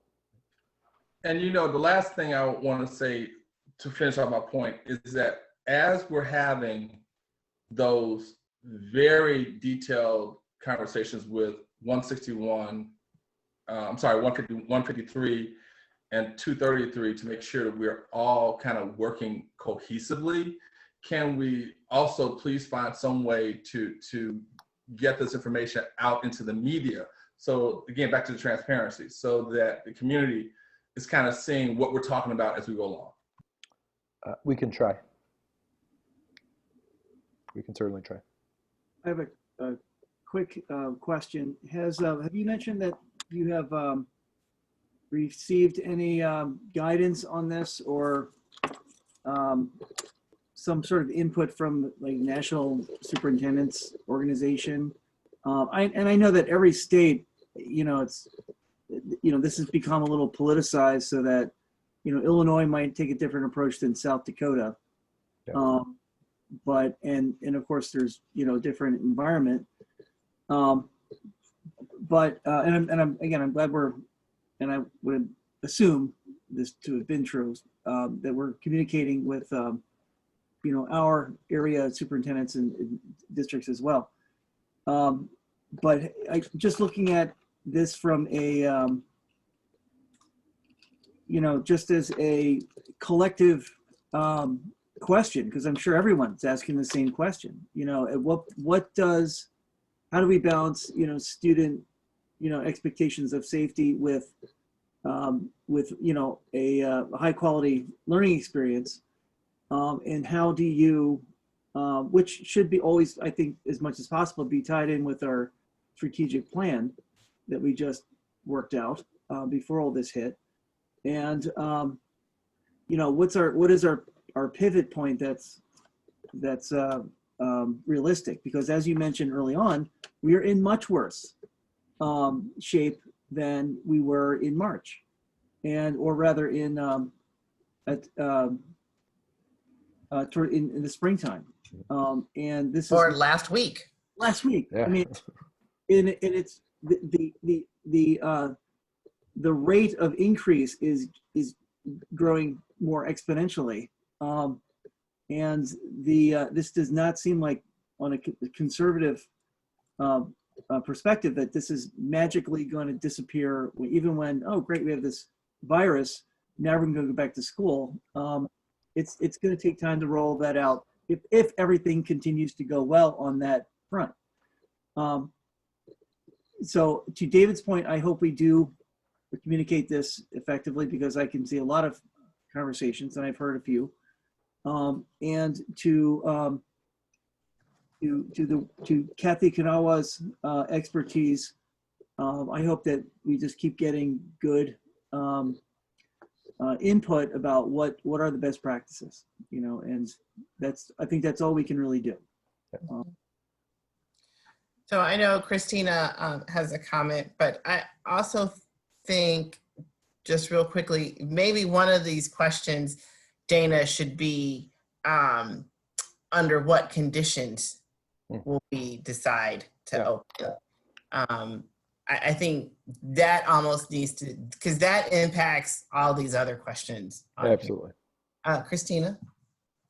Okay, this is like multifaceted, all of this. And, you know, I think if I could, you know, focus in on that first question of our goals and objectives that we're trying to achieve. Because I feel like it ties in very well with number 2, to maintain the rigor and quality of education that we're currently providing in the remote setting. And that, like you said, aligns to the strategic plan. And I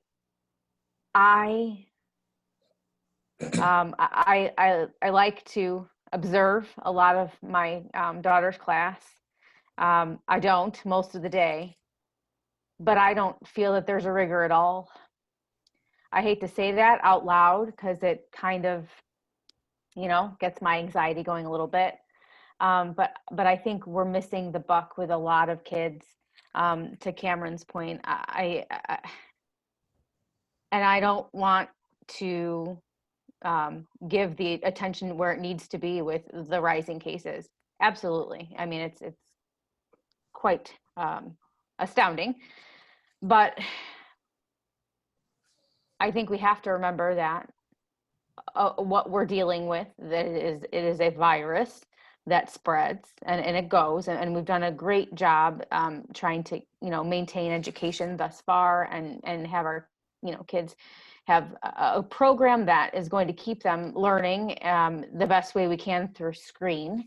But I don't believe that it's effective for the long haul.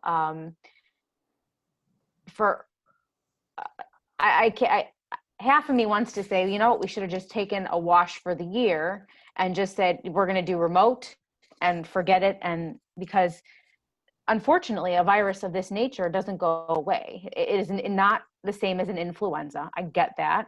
But it is a virus that, you know, we don't know what that vaccine's going to do. Is it going to work? You know, it's just, so we, like Dana said, we can't wait for that as the end all be all. I feel like we have to have a plan, regardless of what our numbers are right now, because and when I saw this, I'm sorry to ramble, but I saw this and I was like, why are we talking about this now? They need about 3 weeks to turn it around. So at last date, like what, January 1, right? Like would be like ridiculously minimum amount of time. So why are we looking at this now? I mean, these numbers are horrible. Who's going to want to even think about going back like right now? Like why? But then you just said your plan to go forward, and you know, in a couple weeks, we'll talk about it again, and then we'll have to do a survey. So I understand you're needing to have a plan. I think if we don't make a plan to bring students back, if they want to, and if their parents think it's okay, we're going to be losing a lot more students to private education. And I'm not just saying that we need to do this for that reason. Clearly, I'm not paying for private education, so you're not losing me to that.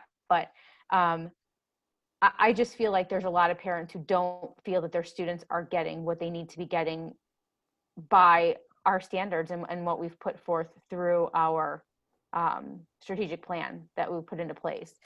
Because it's hard to do so behind a screen. It's hard to make social and emotional connections. It's hard to let these, you know, first and second graders be with their friends. I mean, the most integral part of a child's development is K through 2, 3, 4 even. So I would support whatever we need to do to get some kind of semblance of normalcy back for those students who want to be back in the building. And remember that the objective is that we're trying to teach children in a manner in which will produce well-rounded students, and reaching those students who don't have all of the the tools that they need in their own home. There's a lot of kids who don't have that in our district, and they're sitting at home behind a screen that no one's even there with them, and they're not making grades and doing assignments, or maybe their parent is sitting with them. So I think we've lost a lot of time with students that, you know, unfortunately we've had this hand dealt to us and we're dealing with it. But I think the sooner we can give an option to our students to get back into the building, we need to do that, because like David said, there are precautions that the CDC has asked us to take, and we've done those. And if we've done them, and if we're doing all of the things that they say that we need to do, there's no reason that we couldn't. In fact, I did see the governor was talking about other areas in the state going back to phase 2, but in phase 2, it does not apply to education. So regardless of what our numbers are, at this juncture, I don't know what is in JB's head, but at this point, regardless of what the numbers are, he would not shut down schools at this juncture. So I don't think that gives you an answer, but maybe you see where I stand on it. But I don't feel that the rigor is enough online, and I think that we need to give an option for our kids to come back. And I would support. I like the option of the half days. If you're not wanting to, you know, do food service, I get that. So I liked that option. So that's me. Thank you, Christina. Can I just Carolyn? You can go ahead, Steve. I'll go after you. All right. So I'm gonna kind of be the Raven here, and explore and again, I would love nothing more for my kids to go to school. And you know, as teaching at Bloom, where it's entirely remote, I would really love to have them in front of me. It's really a challenge. It is so frustrating. You know, a student told me today he didn't. Well, anyway, there's some challenges. In any case, one of the things I saw on the news today or yesterday was that there's a mutation in COVID-19 that has jumped from human beings to mink in Europe, and that it has jumped back from mink to human beings. And I think that illustrates something that I have suspected sometime last year, that the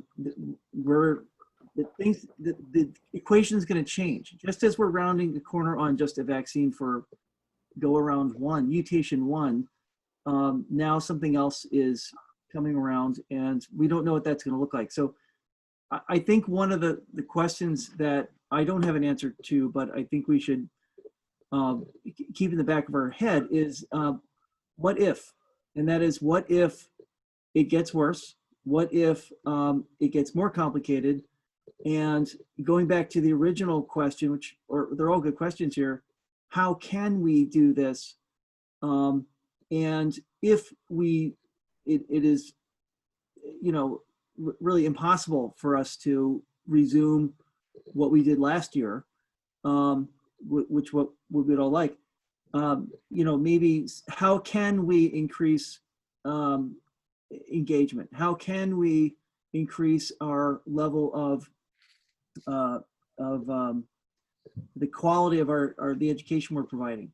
What can we do? Because I think the what can't we do part of that is going to keep growing, and it's going to keep getting more complicated before we get a fix on this. And just a historical perspective, the 1918 flu went around the world a few times over a few years, and it was devastating.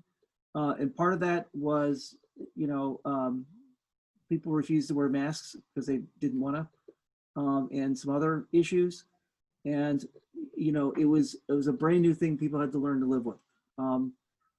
So I'm glad you're here, and I'm glad you have your entire team here. And I've said this for a number of months now, that I have full confidence and really feel that we have the best team of any school assembled to tackle this. So I am fully confident that you will address these issues and explore these contingencies. Thank you, Steve. So I kind of feel badly that we really haven't given you much answers to these questions. No, they're tough. It's okay. You really touched on, number one, with the increasing the level of rigor. And really the answer to number one is we want to go back to the way it was before on some level, or at least what we're used to, and where we felt like we were on a trajectory of improving what we were doing, professional development for teachers, finding ways to close the achievement gap. But as I look at that question, because we're in the state that we're in, it makes me feel like the answer to that question would be our current marching orders for what we need to do differently right now. So if we're saying that because we're in it right now, so even if we decided today, we still have 4 weeks, and I know none of us can afford to push pause and just say we'll live with whatever. So in my mind, I'm thinking the answer to number one is really important right now. So if we're saying that we need increased level of rigor, or we need to do feedback loops differently, or assessment, or all of those, or what are those tangible things, and then we need to be able to honestly look and see how can we do that better right now as we look at what transition will look like. Because I feel like before March, last academic year, we had a lot of great things in place that we were working towards to do well. And that's why we're so eager to get back in the building. So I guess when I look at what goals and objectives are we trying to achieve, we're trying to get back to the growth continuum we were on before we ended up being on remote. So I think we know how to do that. I think there's lots of things that we know we want to continue to improve, looking at the curriculum, looking at math, adapting the science, using all the strategies that the administrators learned last year and putting them in place. We have that. So the question would be, how do we do what we're doing better? So that kind of matches number two. It is I want to look at how can we improve what we're doing now while we're still in it. Mm-hmm. So I feel like we had a good handle on how to do the in-person. We're not wondering how to do it. The pivot, that's the challenge, and that's lots of logistics. But while we're still in this space, what is it what's the low-hanging fruit we can address to help us get through the next couple of months, or however long we're in this situation? Yeah, sorry, Christina, we can bring that kind of umbrella question back to on the 30th. I think that would kind of dovetail perfectly with this conversation looking forward. But to Carolyn's point, she's saying what we've heard, and we've made some of those changes. And so let's bring, you know, some that information back to the board. Not only things that we've done maybe in the last month, last 6 weeks, but any short-term changes, you know, that we'll be making to the program, just to either make it more palatable and effective for the students, more supportive for the families, et cetera. Now, Carolyn, you brought up amazing points and made me think of the already surmounting load of extra and added work that's going to go on our amazing teachers that are already over capacitated with stuff to do, like anybody who's doing their job on the internet now. So I worry about our teacher burnout. It's a worry to me, and it's not a reason to run back and throw everyone back in the building. Don't hear that with me, with what I'm saying, but it's a serious concern that I have. And so if we're looking at, Carolyn, what we need to do better with our not what we need to do better, how can we pivot, like you said, to do, you know, what we're doing a little bit better?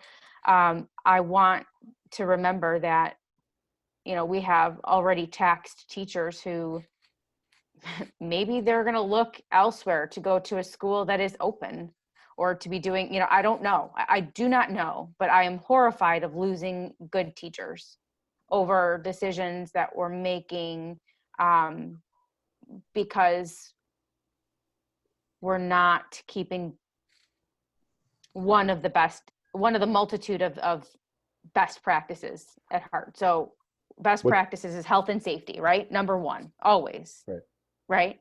We always put that first. But when we're thinking of health and safety, we always have to think of the mental health and safety of our students, and our most vulnerable, which is our most vulnerable, which is our frontline runners are our teachers. Like, they are the front lines, and without them, we do nothing. And so we have to remember that too in our decision making, which doesn't answer your question, but I want to pose that because I really, really, really worry about our teachers. Well, if I could just touch on that, and I agree with you, Christina.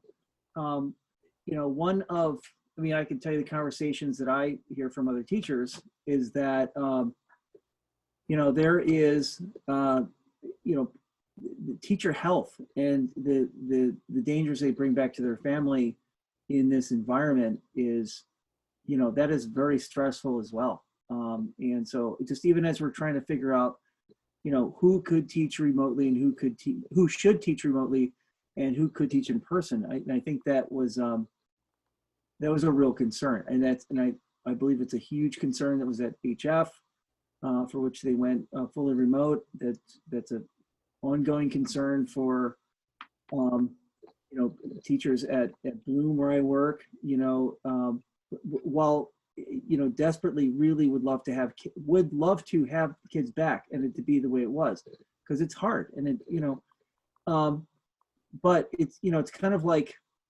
teaching at a coastal elementary school in Louisiana this fall that's been hammered by hurricanes one after the other, where unfortunately, you know, this is not it's not a decision that, you know, our administration makes lightly, or our board makes lightly, or even our area schools make lightly. It's really comes down to, number one, as you said, you know, health and safety, because it's, you know, we cannot put people in danger like that, like with the impact that this has in the direction it's going. I taught in Catholic schools. I love Catholic schools. You know, I attended a Catholic school for a year. I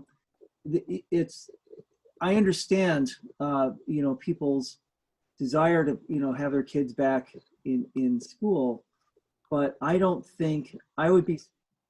I'm very interested to see what Catholic schools do, you know, given their vulnerability financially, and trends that have happened in the Catholic system, you know, as well as the whole private school system in general, as it becomes more and more apparent that the numbers are getting a little bit more impactful, because they are impactful, and I I want us to always just be clear about, and communicate, the situation we're in. And again, I'm second to none in wanting my kids to be in class. But yeah, I think we definitely, as a board, it is not part of our culture to make assumptions on what the community wants, what the teachers want, what staff, what kids want. Right? We ask, right. and we use that information to help inform the direction that we move into. So I go back to that key question, because we could do all the planning and answer questions, but if we're not discussed and decided on what is that trigger for us that makes us as a board pivot and say, yep, we're ready to reopen, then we will continue to have this conversation and it will be May. Yep. Right? So we have to figure out under what circumstances will we decide that the reopening plan will move into action, is my first point. I also really agree with you, Carolyn, because it's easy to focus our energies on what does it take to reopen. And I don't want us to lose sight of this exact moment and how do we continue to make it better, right? I have seen things change in my second graders' instruction and delivery of instruction many times since we have started since August. And I think so much of it is trial and error, and the district knows how to educate our children. The challenge is that we're now trying to do it remotely. And so we can't replicate what happens in a classroom remotely. So we are constantly trying new things to figure out what works. I know students and families whose kids are thriving remotely. I've had parents say, I don't know if my kid ever wants to go back into the classroom. I also know kids that are on the opposite of that, right? As you all know, I have a 7-year-old, and when we did our drive-by Halloween party, I don't know who was crying more, like me or my 7-year-old, because just to be that close in proximity to his teacher and Miss Isabelli and all the other people at Western was so emotional, right? And so we have kids and families, I think, at both ends of the spectrum, but we have to figure out, as we are still discussing what makes us pivot and put a plan into action, what can we still be doing to make these experiences better for both our teachers and our families and our students, because it's not ideal, and we acknowledge that. But how do we still make it better? What we are experiencing right now remotely is 100% better than where we were in March and in April, 100%. So kudos to the district for doing what you needed to do to, get us to your point, Steve, about Canvas earlier. Like, we're all now using Canvas, right? I'm certain my second grader navigates that site better than I do at this point. But we weren't ready to do that in March, right? And so the district figured out, what do we need to do to be up and running? And so now we just need to make sure that there are systems in place where we are constantly reflecting and pivoting and tweaking and growing, right? To make sure, as we're still trying to figure out how to get kids back in that building, we're not losing, or we're reducing the amount of losses with our kids, and making sure we're finding and trying new ways. Hopefully parents have experienced more breaks during their day, right? Like, I know my kid has more breaks during the day. He has independent work. And I think he actually really likes having independent work, knowing that 30 minutes later, he's got to log back on. But that wasn't his schedule when we first started, but it's, a schedule that his teacher has been playing around with until she sort of finds, figures out what her secret sauce is. And so, and then Christine, I think to your point, the teacher burnout, their days are probably longer than they ever imagined that they would be, because working remote is not easy for anybody, right? It sounds exciting, get to work from home every day. No.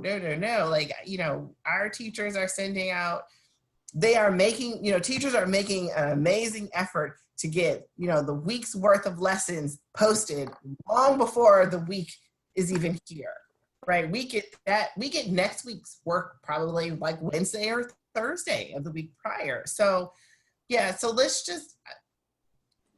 get to the point where we can answer our own questions about under what circumstance would we decide to go back, making sure that the district does have a plan, but then also really, how can we continue to support, like what else do teachers need? What else do families need? I think we're all committed to doing more than, we normally would think that we need to do, but this is what we need to do in order to get us to the point where we are, at, the finish. Okay, so I have a lot, so thank you for that. I think there's a couple of things that I just want to say back to you to make sure that we're all on the same page, and I think I'm very clear about the information that the board is looking for on the 30th. So we'll bring back a recommendation on, let's call it, I don't know, maybe community conditions, right? That would, and we can talk to the Department of Public Health. Obviously, Kathy can now be very, strongly involved in that process. But what conditions or what metrics would we want to hit before we would make a recommendation to return to in-person? And we can look at whether that's a rolling or whatever. The other piece would be another conversation about where are we and what changes do we want to make moving forward. If you remember, the last time we did that, we decreased screen time for the students. We that's where Seesaw came from, and as we were looking to implement that at the lower grades and a few other changes. So I think we have a good history of working with teachers and parents, finding out where we can change and then making those changes. And then the third kind of leg of that stool is what could those future plans be? So it's where are we right now? We know that we want excellence. Any tweaks that we can make. If we do move forward with a return, what do we want that to look like so that can be as effective as possible? And then what conditions would we want to see in our community or in our area before we make a recommendation to the board about reopening? If that's okay, we can bring that back on the 30th, and I think we can have a really good discussion. It's well within all of our timelines and doesn't put anything off schedule. Dana, and again, I was listening for those three, so thank you for your summary. Yeah. Are you going to include a plan on how you want to communicate any and all of this with the community? No, probably not. How about this? When you say plan, what do you mean? Okay. Will I communicate it to the community? Yes. I don't know that I have a plan for it though. So if you could just give me a little bit more information, that'd be great. Fair. So from when I read your questions, right, I get that you want us as a board to give you sort of our, what is your phrase, 10,000 foot look, view, perspective on this thing. Yep. And so when we talk about the plan, the plan is whatever it is that you derive and you create. So I get that. The only thing that I was speaking to was make sure that somewhere in that plan that you created, that you designed, that you ensure that there's a component where whatever information is being crafted, designed, is disseminated, sent out, so that again, we remain transparent with the community about what it is that we're attempting to do. There's been several comments about the conditions that are existing at home. As we, in my mind, as we talk about a reopening plan, it again is going to be asking parents and families to do things differently in the foreseeable future. So that's why to me, the communication piece is a critical part. Does that kind of give you a little more clarity? Oh yeah, yeah. I mean, you know, Frank, none of this is on accident, right? So we're starting this conversation tonight because we know exactly how much time we need to put anything together that we want to change when it comes to being in person. But we also know how much lead time, or we're anticipating how much lead time parents could need to make a change, whether it's if we do decide to bring additional students back in person, et cetera. So we'll make sure that we are peppering the information out there. Because especially as we're talking about program changes, I don't want anyone to be surprised. And you know, one of the pieces that we also don't want to confuse educational decisions with financial ones, especially when it comes to organizations. And you know, I don't want to speak for private schools, but there's a different, there could be a different motivation on why they open their doors. And we also know that there is not a lot of transparency. So part of our process for these discussions, we went out and called, you know, a couple parents, and we talked to neighbors, things of that nature. A lot of people in our district, but just like with anything else, you run into people from outside. You know, the state, certainly our area, does not report quarantined classrooms, quarantined grade levels, closed schools. That's not public information. And so, yes, on its face, some schools may be open. As you dig into those, they're not. They may be missing 2 grade levels. They may be missing X number of classes. I can tell you, it's just a fact of life. But we've also heard that creates a lot of whiplash. And so we want to be very sensitive to our community just as we're approaching this topic, just like all the big decisions that this board tackles. We just want to be deliberate and methodical, because what we have heard is you're remote, now you're in person, now you're remote again, is just catastrophic on families as they're trying to figure out their lives. So whatever we do, we want to make sure that the board has every piece of information that we can, that our community knows exactly where we're at and why we're here, whatever that point is, and that we're all can be lockstep moving forward, just like when we went remote. That was not a universally loved decision by any means, but I think we did a pretty good job of getting the information out there, and certainly in the subsequent weeks of being transparent and sharing a lot of information. So we'll look to do the same thing again. David, I get what you're saying completely. Thank you. Dana, when you're bringing back to us the plan, and I know you had it with the hybrid model, looking for, I know there was a couple instances where Kathy wasn't sure what we did for, because it was so new, and the CDC hadn't come out with any guidelines, but what would our plan be if, you know, student A in 2nd grade of one room, was whole class? Right. So, I mean, with the situation where we're in now, right? If we were in person, that we would have a class that is sitting at home, and probably several others, just based on our current COVID numbers and our staff members who aren't in school. So if a cohort of 10 students, one student that was sitting in the corner around 3 students, the whole class would be out for 2 weeks when their exposure was just to 3 students. Well, that's the first They're assumption. supposed, right? They're supposed. It's yes. Yeah, that's the first assumption, and I don't know that we can do that with 5-year-olds, right? Because it's 15 cumulative minutes over. I don't even know if it's still 24 hours. It might have moved to 48. So if you talk about spending, 15 minutes over 48 hours, or just stick with the old one, it was 24. That adds up pretty quickly. And then if we can't say, hey, you know what, little Johnny was never within 15 feet of little Susie, then I suppose we could look at making some different decisions. But absent that, we would have to take the safest route, which would be to protocol the classroom. So am I hearing that the only way for us to go to school and to stay in school would be if nobody got sick ever?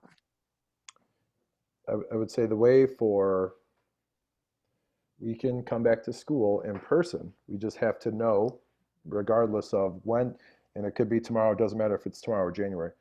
No matter what, we will have quarantines, and then we will have to decide how aggressive those are in relation to the standards. If we're more aggressive, obviously we can't be less than, but we should assume that we will have classes and probably, depending on the situation or the building, grade levels quarantined, just because of the way that students move throughout buildings. And with some of our youngest learners, trying to keep them separate is always going to be a challenge. Hey, Dana, in listening to the dialogue, and maybe this is a Kathy issue, it might be helpful when you come back to us to kind of speak to what that plan looks like, how that works, how decisions are made. Again, because then the parents can also know, if this, then that. Yeah, we can put that out. It's a Department of Public Health chart. Correct.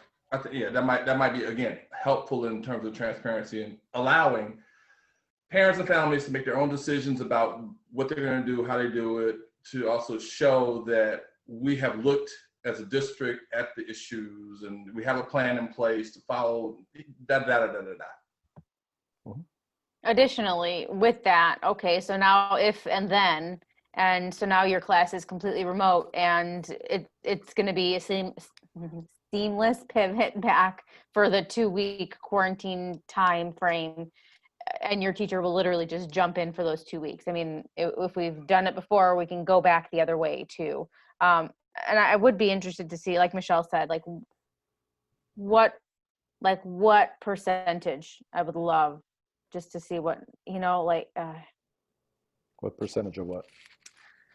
What's our bottom line? When is it safe to return? I just keep thinking of what that percentage rate is, right? Those, we were in phase 4 for so long, and I think it was glorious, and it was like we were living life again, and it felt great, but we had a mask, so it was fine.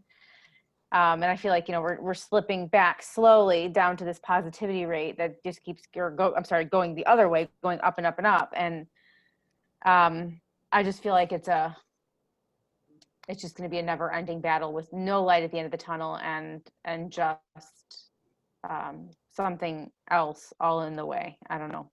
Well, it will never be safe. It will just be safer in the level of safety that we're willing to take on the risk of maintaining, if that makes sense, right? So what level of cleaning, et cetera, we felt pretty good about where the numbers were and our ability to respond to those with our processes in August, right? And so when it comes down to it, are the numbers at an acceptable rate, and is our ability to respond to that internally from a logistical standpoint, are we still in a position to welcome all those kids back? So yeah, I think we can take a look at some of those metrics and come back to the board on the 30th. Yeah, unfortunately, I don't think that what would be the tipping point for us to make the decision for kids to come back will only include sort of the positivity rate. I think there are other factors, right? Do we, the shuffling around that you have to do of classes, do we have teachers? Yeah. I mean, that's a real life, that's a question. I mean, so I think the analysis of that question will include many, many things. Yeah. And you kind of get into some what ifs too. So this could happen no matter what. But if we say we wanted to open up in a hybrid model, some combination, we know that we'll have to reshuffle students. Some will be remote, some will be hybrid. And then if we want to come back all together in person, we'll have to reshuffle again. You'll have kindergartners with 3 teachers this year, right? And so we know that as you make those transitions, that can be tough. We may not be able to avoid it. This is unlike anything we've ever dealt with. We know that. And so we just want to be very thoughtful as we move into all of those different pieces. So that we're trying to anticipate as many possible things that can go wrong, even in a pandemic that we have zero control over. But if we can control the pieces that we can internally, that's communication, that's planning, that's looking at consistent outside metrics to make our decisions, then we can at least put ourselves in a position to make the best possible decision for the community and know exactly why we're doing it. That's why I think this conversation is so valuable, and especially the additional guidance. So we'll bring these pieces back on the 30th. If there are other thoughts or questions, please send them on, because we've got some good stuff to work from, and we'll get started on that tomorrow. Can we also add into, I remember the last poll we gave to parents about if they're ready to send their kids back, we didn't ask the teachers. So can we, when we do talk to the teachers, if they're ready to return, if they think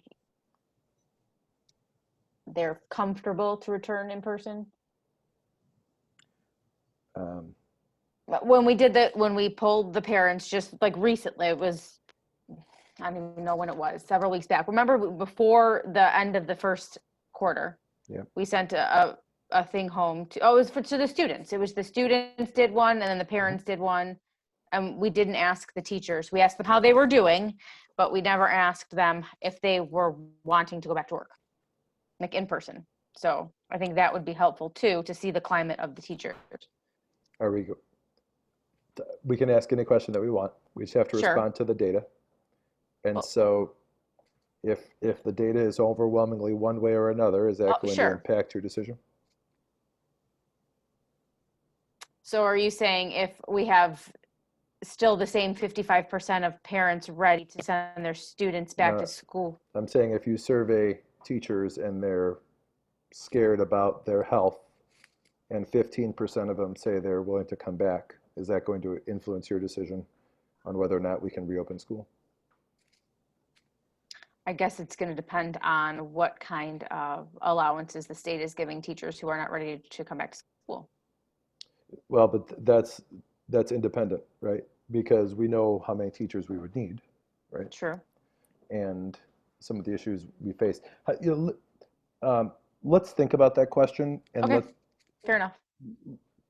Let's just think about what we're really trying to get to. And if it's just whether or not teachers want to come back, then we can think about that. But I think there's probably an expanded 2 or 3 questions, right, with that, Christina, that kind of gets to maybe their mental perspective on it.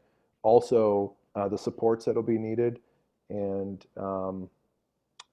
just in preparation for the work coming back. We do have one remote learning planning day, but we're out of those. So if, basically in the past, we decided we were going to go remote. We had days, we pulled an institute day out of January. We used additional remote learning planning days, so we had time to sit and plan.